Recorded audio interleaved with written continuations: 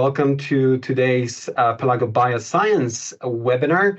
My name is Jakub Lewicki. I'm Operational Manager for Sales and Marketing here at Pelago Bioscience. And thank you so much for joining us today for this webinar titled Label-Free Validation of Protein Degraders using SETSA. So we'll talk today a lot about PROTACs, protein degraders, how we can profile them with our proprietary technology SETSA. But before we jump into the science part of the today's program, I just wanted to make a little bit housekeeping. So today's webinar will take around 40 minutes, at least the scientific part of today's show. And after that, we'll have a Q&A section. To ask any questions, you can use the chat function provided here on this Teams meeting. So please type in your questions there. You can do it during the presentation or shortly after, and we'll try to answer all your questions towards the end of the session. And today's speaker, the star of today's webinar, is Renato Alves, my colleague from the Commercial Operations Unit. He came to us from Portugal, where he received his PhD from the University of Aveiro. Shortly after, he arrived to Sweden to continue with his postdoc assignment at 2016 at Karolinska Institutet. And from 2019, he started to work with Pelago, back then as a senior scientist, planning, leading, and executing SETSA projects for our clients and partners. Ever since last year, he transitioned into Commercial Operations Unit as a project advisor, working very closely with our partners, designing, advising on the SETSA-related projects and helping them in their drug discovery journey. So that was about me, about the speaker, and a few words about the company itself. So we're called Pelago Bioscience. Probably some of you already know us and heard about us before, but for the new folks in the crowd, we are a specialized CRO, drug discovery research partner based in Stockholm, Sweden. We've recently celebrated 10 years of operations on the market, so it was a great anniversary for Pelago. And we evolved and changed throughout the years. We offer a lot of fee-for-service type of project to support our partners in early drug discovery and preclinical drug discovery and development. But recently also we started to offer more flexible collaboration, including FTE-based model, where we can really engage in the larger projects, including research with our SETSA technology, but also other services that we provide. We also can offer a licensing agreement for SETSA technology because of the IP control that we have over the SETSA itself. And we also enter strategic partnerships whenever it makes sense to engage with our customers and partners. We will talk a lot today about the target engagement itself, and the thing that differentiates us from others and how we look at target engagement is that we really like to look at target engagement where it should happen, in physiological conditions, without any modification to the system, without modification of the protein itself or the chemistry. So we really look at the site of action where it should happen in biological context. And we can do that at many different stages of drug discovery, research, and value chain. So we provide relevant measurements of compound binding to the protein targets at the intended site of action in physiological condition that can really accelerate your drug discovery research efforts.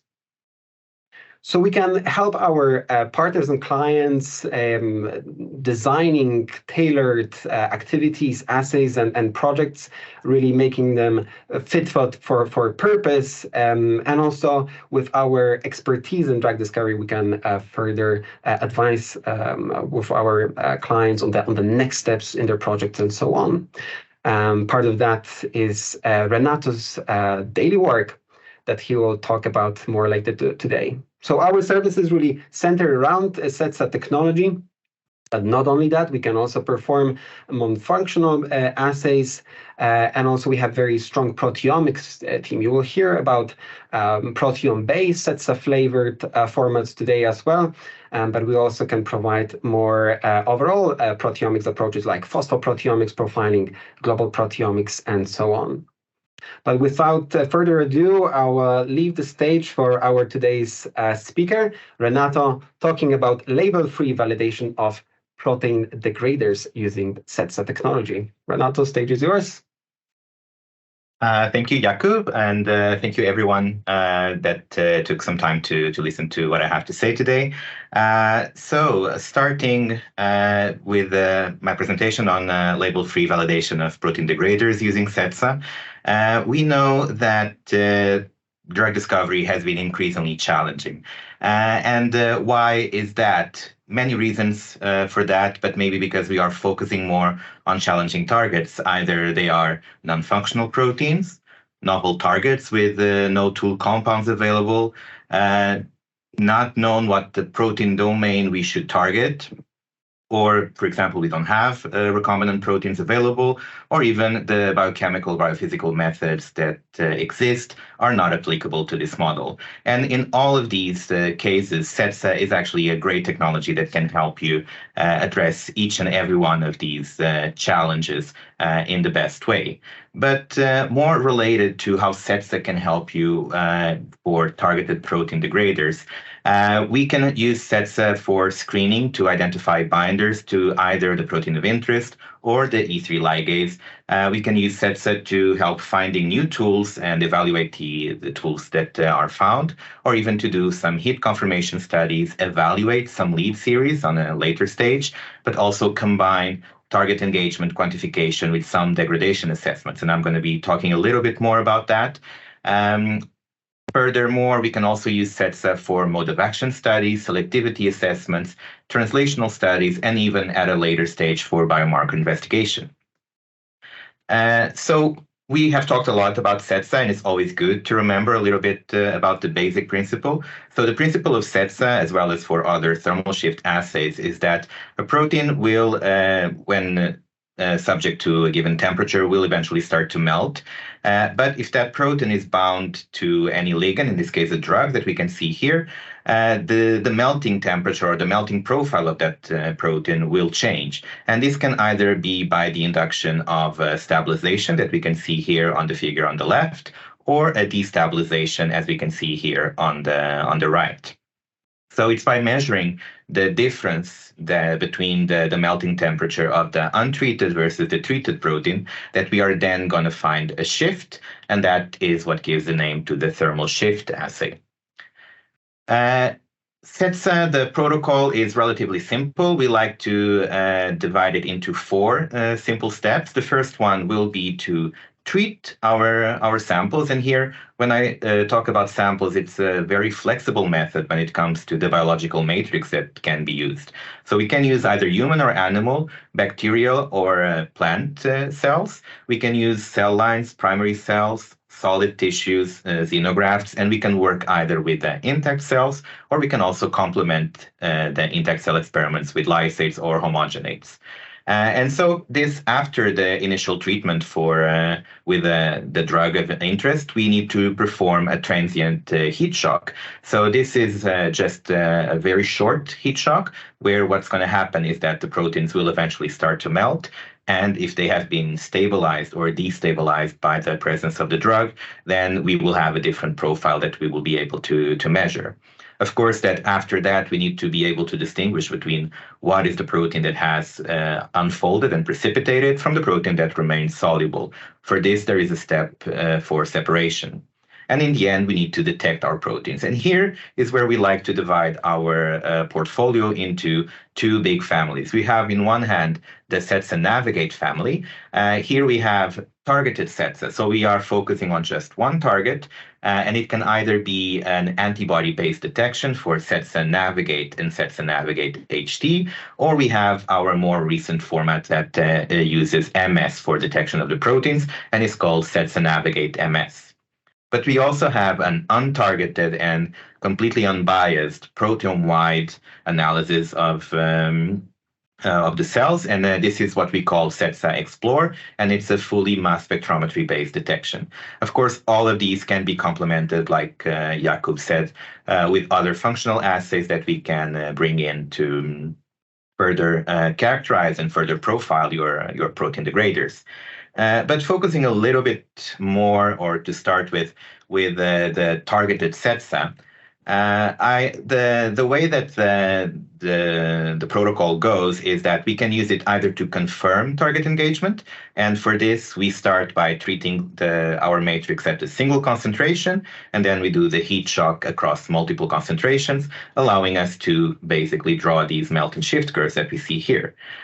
We will then be detecting the shift that we can see here. So if we consider that the blue line is the untreated protein, and then the pink and green will be the eventually two different drugs that are used to treat the cell, we can then look at the thermal shift that exists here, and this we can confirm that there is engagement with the protein of interest. However, we can also use this for quantifying the potency, and this is done by selecting one temperature where we have a relatively good assay window to basically do a concentration response analysis. Here, what we are going to do is to treat at multiple concentrations, and then we perform the heat shock at a single temperature, and with that we can basically draw these concentration response curves, which will allow us to calculate an EC50, and that can be used to compare the potency between different molecules. In the case of SETSA Navigate HT, this is a dual antibody plate-based method. So to achieve high throughputness, we actually do everything on a plate. So we start by incubating the cells with the compounds on a plate. It's suitable to either a 96 or a 384 well plate format. Then we perform the heat shock and we lyse the cells on the same plate. We then just need to transfer part of the lysate onto a detection plate where we are going to add the detection reagents. These are detection reagents that we use the AlphaLISA technology, and in this case we use a dual antibody pair that will detect the protein only when it's in its native state, correctly folded, and with that information, or with the signal coming from that, we can either do melt and shift curves, or again we can do concentration response curves. But now showing you a more practical example of how we can actually use this in the field of protein degraders. We can, for example, use CETSA Navigate HT for hit identification. And we have here an example of a primary screen done on CDK4. We screened a library of around 11,000 compounds, and we developed a robust and sensitive assay using an AlphaLISA Surefire Ultra total detection kit.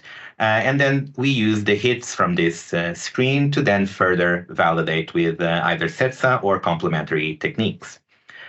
So starting with the validation with CETSA, we selected here two of the hits, and we used CETSA in intact cells, compare it to palbociclib, which is a known binder to CDK4, to see if we could obtain a concentration response curve indicative of a response or not. And indeed, we did.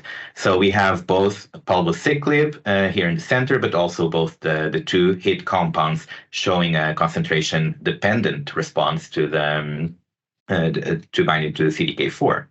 However, when we did the same experiment using a lysate, then only hit compound 2 actually was showing a concentration dependent response, and hit protein 1 didn't. This points out that there may be other mechanisms of action for this hit compound 1 that we can actually distinguish here, that it's not the same mechanism. We should be using additional techniques to further validate this. And we did use other functional assay. So we started by using a biochemical functional assay. And here you can see that hit compound 1 did not reduce the activity of CDK4, whereas palbociclib and hit compound 2 did reduce the activity on a concentration-dependent manner.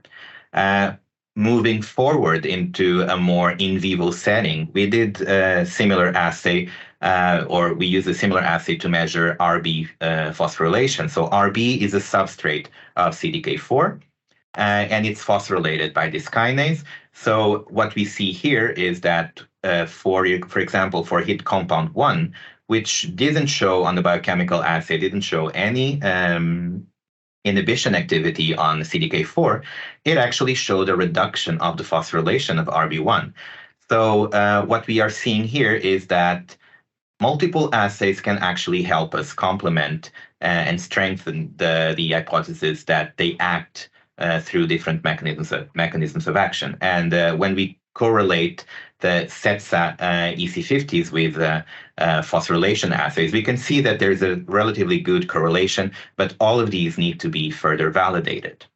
But this was only the initial stage that could be used, for example, when you're developing a new PROTAC and you're just trying to find new hits that bind to your protein of interest that then you will be using to develop your PROTAC. But what if you already have a PROTAC molecule and you want to further characterize it? So that's what we did. As you may know, the PROTACs are consisting of 3 independent parts. So in one side, we have a ligand for recruiting an E3 ligase. And on the other side, we have a warhead that binds to our protein of interest connected by a linker. And we have selected a few PROTACs to characterize. We selected 2 of them that are CDK6 or 4 selective degraders. And these are based on thalidomide as on the part that binds to that recruits the E3 ligase. And then the first one ending in 132 is based on ribociclib, whereas the one ending in 204 is based on palbociclib. And also to have kind of a negative control, we selected a BRD4 selective degrader. This was the ARV825, and this is based on pomalidomide and in the E3 recruiting warhead, and on the other one for the protein of interest, we have the molecule JQ1. So how does this actually translate onto a SETSA analysis? So the first step is to obviously look at how they bind to CDK4. And what we can detect here is that the 2 PROTACs that actually have a warhead that binds to CDK4 have a clear thermal shift showing when compared to the black curve, which is the control with the MSO, but also when compared to the other PROTAC that does not have a warhead to bind to CDK4. We can also reverse this and then look, for example, if they would bind to BRD4, which is the molecule that the second or the third PROTAC should bind to. And here we observe the opposite. So we can see that the ARV825 PROTAC is actually very selective, binding to BRD4, but the other 2 PROTACs don't bind to BRD4, and their curves overlap with a negative control. We can also obviously look at how they bind to the E3 ligase part. And here we did it with cereblon, and we can see that all 3 of the PROTACs, which should recruit cereblon as an E3 ligase, they actually show a thermal shift in the presence against cereblon, and that is not present in the negative control with the MSO. So we have answered the question with this on does the degrader bind to the target in the cells? But we can also use SETSA to measure the potency, like I mentioned before, and like we have here in this example, we have a concentration response curve against CDK4, and again we can see that both the 132 and the 204 PROTACs bind very well, and they have a very good concentration-dependent response binding to CDK4, whereas the ARV825 actually doesn't show any response related to concentration. Moreover, we can then see that the 204 PROTAC appears to be slightly more potent by requiring a lower concentration to have the same effect than the PROTAC ending in 132. But we need to go one step further. So we need to understand if this actually translates into actually having degradation. So what we did was, with a minor change in our protocol, just do a degradation assay using the same kit that we used to measure the engagement with CDK4. And in this case, we can see not only a concentration-dependent response, but also a time-dependent response. So we can see here in different shades of green that 30 minutes, 120 minutes, 180 minutes, we can see an increasing degradation capacity with increasing incubation time, but also a good response when it comes to concentration. We can even detect that after a certain point, we have a hook effect. So by increasing the concentration more, we don't get more degradation. This is usually and very well known as the optimal place for ternary complex formation. So we assume that after this concentration, we may have shifted the equilibrium to actually not promote so much of the ternary complex formation. And also what we have here on the pink line is that by incubating or co-incubating the PROTAC and the longest exposure to incubation time with the proteasome inhibitor MG132, we actually can inhibit the degradation. And also as a control, we have the ARV-825 again with no signal, and palbociclib, which is only a binder and inhibitor of CDK4 but doesn't induce degradation per se. So the main message is that combining both is actually combining CETSA Navigate and the protein degradation assay will allow us to correlate the target engagement potency with the efficiency of degradation. So as a summary so far, we can see that CETSA Navigate HT is a powerful tool for primary screening and to identify binders, but also to confirm hits from other studies. But also, with minor changes to this protocol, we can use the same detection kit to actually run a protein degradation measurement in parallel that will give us even further functional validation of our PROTAC. But moving the shift a little bit more to an unbiased approach, I would like now to talk a little bit about our proteome-wide CETSA Explore, and just briefly going through the protocol. So we start by treating at multiple concentrations, we heat at multiple temperatures, and then we separate. The samples are then prepared for MS-based detection using TMT labeling, and in the end, what we were going to obtain is a volcano plot where we will have a list of stabilized protein hits and destabilized protein hits. What actually happens is that when we are treating a cell with a new drug, we expect that most of the proteins are actually not changed in their thermal stability by that drug. And it's only a small subset, which will be the direct targets, that are affected by directly by the binding to the compound. These can be either your primary target or even some off targets. But then, because this is done in live cells and the incubation can last for up to 1 hour, we can actually still capture some of the downstream effects from downstream pathways. These proteins would not be affected in a lysate experiment, but we will be able to see them in an intact cell experiment. This brings us back to what is the time frame of cellular responses. And we are looking at drug target binding. So we are looking at things that happen within seconds to minutes. Because the incubation can last for up to 1 hour, we can, in some cases, capture some of the signal initiation steps. But for other things that happen after more hours or even days, we usually resource to phenotypical assays. But how do we resolve the time frame between CETSA, between what we use with CETSA Explore and the traditional phenotypical assays? We can actually use quantitative proteomics or post-translational modification profiling to help us resolve and understand what is happening in the cell in that time frame. And this is some of the examples, or this will be in some of the examples that I'm going to show after.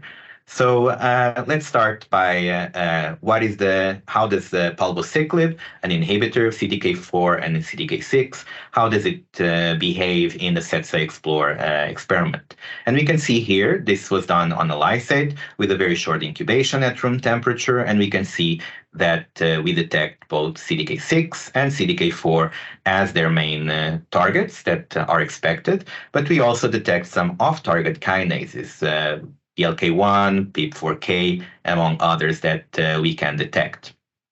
But how does this look if then instead of using a lysate, we would incubate live cells with palbociclib. And then we have a slightly different volcano plot. So we continue to identify CDK6 and CDK4. We continue to identify some of the other off-target kinases like PLK1 and the PIP4Ks, but we also observe RB1.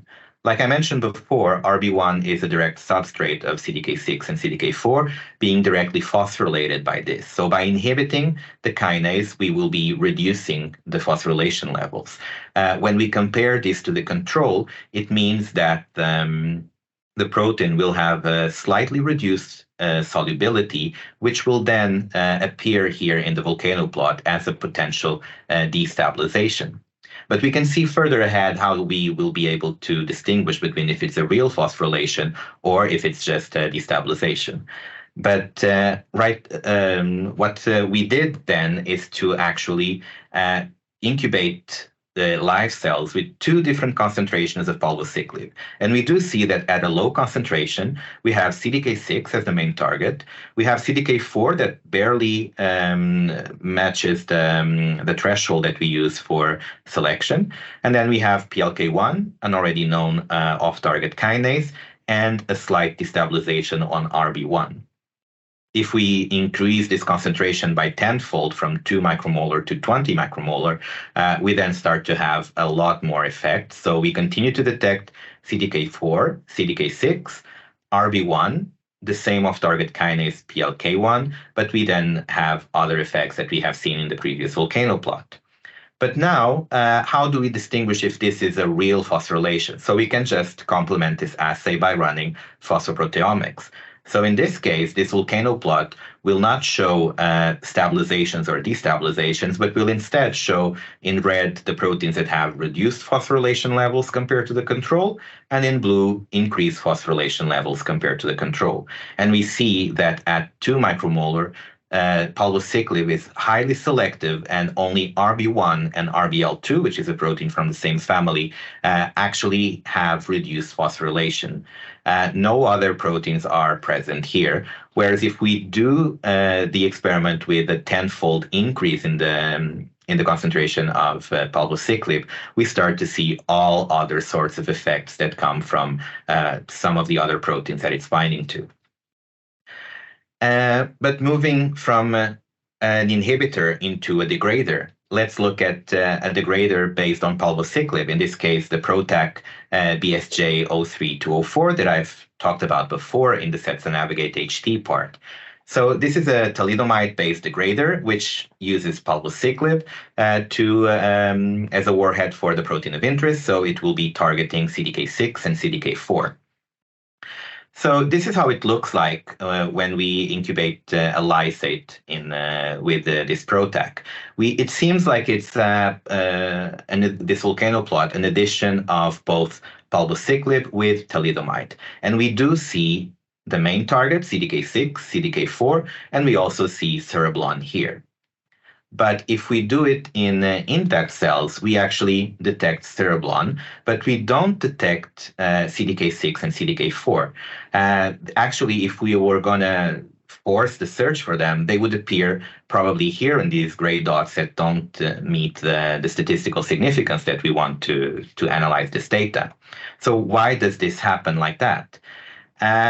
Actually, if we start comparing palbociclib, which will be the two plots on top, with the PROTAC, which will be the two plots in the bottom, and in the volcano plot, we are only looking at the effect of the maximum concentration tested versus the control. But we can actually extract more information from this, and we can look at individual concentration response curves for each one of these proteins.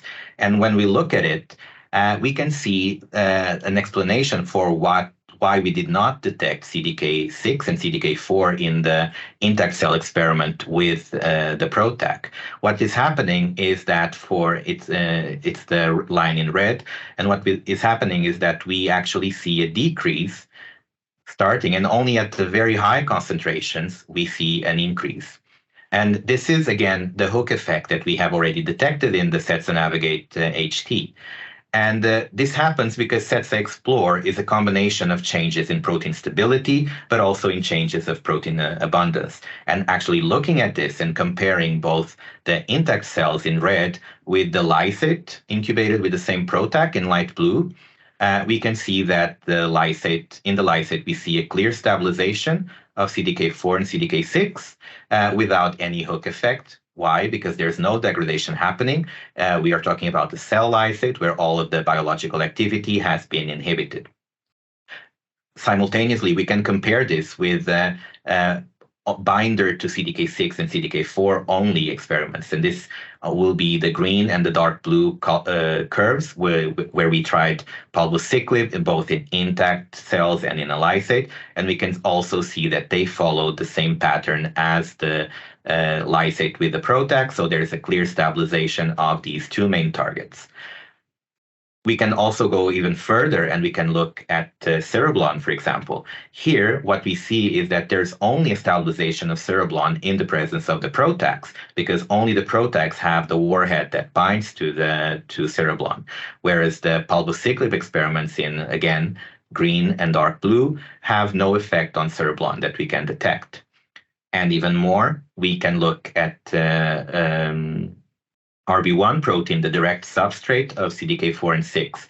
Here, what we see is that in the intact cell experiments, we see a decrease in the stability of this protein, again, coming from a reduced phosphorylation that will make it less soluble than the control. And in the lysate experiments, here will be the dark blue and light blue, we have no effect because phosphorylation is not happening. Again, it's the lysate. The biological activity is completely terminated. So it's the parallel analysis of lysate versus intact or degrader versus a binder that allows us to distinguish between what is a true engagement from a degradation effect. But we don't always have a binder that we want to, or that we can or want to run to compare with a PROTAC. So how can we actually change this a little bit? So we can simply do quantitative proteomics. Here we have the same curves for the stabilization of CDK4, CDK6, cereblon, and RB1. Here just using the PROTAC in intact and lysate. But in the bottom graph, what we have is the degradation profile in intact cells. This is achieved by doing a traditional quantitative proteomics study. And we can see clearly that there's a decrease in the amount of CDK4, CDK6, whereas cereblon and RB1 are not affected, which further allows us to interpret the data that we have obtained from the SETSA experiment. So, SETSA, the message that I want to convey is that SETSA allows for measuring of target engagement in the live cellular setting. And we can use it to profile target engagement of the degrader to either or to both the protein of interest or the E3 ligase. But also, SETSA Navigate can be used for primary screening to identify binders, for hit confirmation studies, and by synergizing this with protein degradation assays, we actually can turn our binders into degraders. Whereas for SETSA Explore, it is a proteome-wide assessment. We can actually look at the chemistry-driven binding profiles or biology-driven cellular responses. And by complementing it with proteomic studies, we can completely profile our new degrader. And with this, I would just like to end thanking to all of the team that is behind generating these results, both at Pelago and our external partners. And I think I will give the word to you again, Jakub. All right. Thanks so much, Renata, for the great presentation and introducing all of us to the SETSA in the protein degradation space. Let's now have a short Q&A session. And thank you, everyone, for your virtual applause. We cannot hear it. All right. Let me look at the questions now in the chat. If you do have more questions, please type them now down in the chat, and we'll take them one by one. All right. So the first one I see goes like this. What about multimetric E3, which by binding ligand and dissociate to create monomers bound with ligand? How to deconvolute effects of the stabilization of multimer versus destabilization of monomer versus stabilization of monomer with bounded ligand? So when it comes to multi-protein complexes, usually by running the experiment in live cells versus a lysate will allow us to distinguish both effects. So in the live cell setting, we expect that the multi-protein complex is fully assembled. In the lysate, we expect it to be completely dissociated. And this is one of the alternatives, and why we also recommend to run as always or as often as you can run a lysate in parallel with an intact cell experiment, so that you can then deconvolute the data that comes from both experiments. All right, thanks a lot. Next one is more about the phosphoproteomics approach that we use. The question reads like this: is the phosphoproteomics experiment SETSA then phosphoproteomics, or just phospho-enrichment of treated versus control cells? The phosphoproteomics does not include the SETSA step, so does not include any heating step. So it's just what you would call a traditional phosphopeptide enrichment, and then we would detect them and compare to the controls.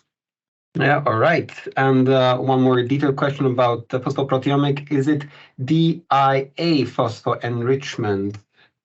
If you could clarify what you mean by DIA, I'm not familiarized with the... And the follow-up to that was, and if it is DIA phospho, in which search engine do you do search?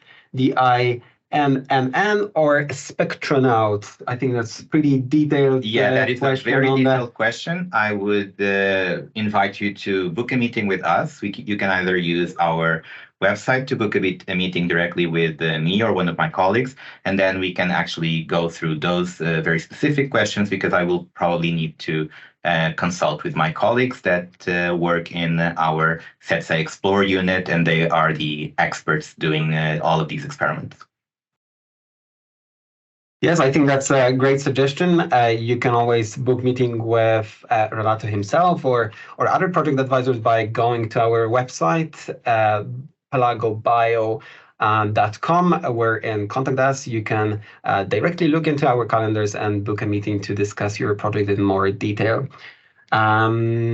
Waiting for maybe if there are any more questions in the chat. I'm curious, Renato, if you could maybe tell us a little bit. Sorry, yeah. we in the meantime, we got the clarification of what the DIA is. So in the phosphoproteomics, it's not TMT labeled, so it will be DIA. Right, great. And in the same time, we got a couple of more questions. Is the potency ranking reliable even when the tested compounds are of unknown, potentially different binding mechanism? So what we like to do is to compare compounds that are actually from the same chemical family. So it's very difficult if you try to compare the potency of compounds that are from very distinct chemical series. So if they come from the same with the same mode of action, you can actually compare. Otherwise, it's better to not go that extra step of running a comparison that may not be the best. In the meantime, there was a question about the slides on today's presentation. We will share the video recording of today's webinar with all those that registered for the presentation. Bear with us. It might take a couple of weeks to edit the video and share it with everyone, but you will get that link. But you can also follow us on a LinkedIn page where we regularly post our webinars, past and present and future. So you can also find updates there, or go to our YouTube channel, Pelago Bioscience, where you can find the past webinars touching up on every CETSA format and different applications. We also have a question about PROTACs, and if you are able to distinguish the temporal effects that you attributed to time-dependent degradation from other secondary downstream signaling effects. So by using or by having in parallel a co-incubation with a proteasome inhibitor, we are pretty secure to say that the result that we are getting comes from proteasome-associated protein degradation. All right, and maybe one more from myself. I think it will be very interesting. We don't have maybe time to cover this in the presentation itself, but for the assay development phase, when we are using the high throughput approach, how does it look typically? I know that a lot of people are concerned about not having maybe the ready available kit. How easy is to kind of plug and play, the SETSA assay to get it rolling for your project? Yeah, that's a very good question. So when there is an available kit, of course, the work is facilitated, and we can try to use the kit to get the assay in place. But if there is no kit, there's also no problem. As long as there are commercially available antibodies, we can scout the market for some, run multiple combinations of the existing ones until we find an antibody pair that will be able to be used for an assay, a robust assay to detect your protein of interest. Yeah, thanks for that. Antibodies also are not limitation anymore with our SETSA Navigate MS approach, which is a targeted base as well on the targeted mass proteomics, mass spectrometry approach. So even if there are no available antibodies for that, this is not the high throughput version, however, still available for use and applications in your projects. And if I may add, that is actually a very flexible method that will eventually be able to actually monitor multiple proteins with the same assay. So you will be able to monitor both the E3 ligase and the protein of interest, and eventually other proteins that you might be interested using one single assay. So it's a matter of once more booking a meeting with us, and then we can have a look and see what is the best strategy to use in your specific case. All right, I think I really like that as a conclusion of today's webinar. I don't see any more questions coming up live right now, but please do send us your questions if you have any, or if you also have suggestions for the next webinar. What kind of content would be interesting to you? What kind of topics you would like us to cover in the next webinar? Please do send those suggestions. Again, I encourage you to visit our website, pelagobio.com, our LinkedIn page, and YouTube, where you can find more content just like this one. And feel free to book a meeting with Renato or some other of our colleagues. So thank you very much, Renato, for your presentation. Thank you. Thank you all for joining in and listening, your participation, and let's stay tuned for more. Have a good rest of the day or good night.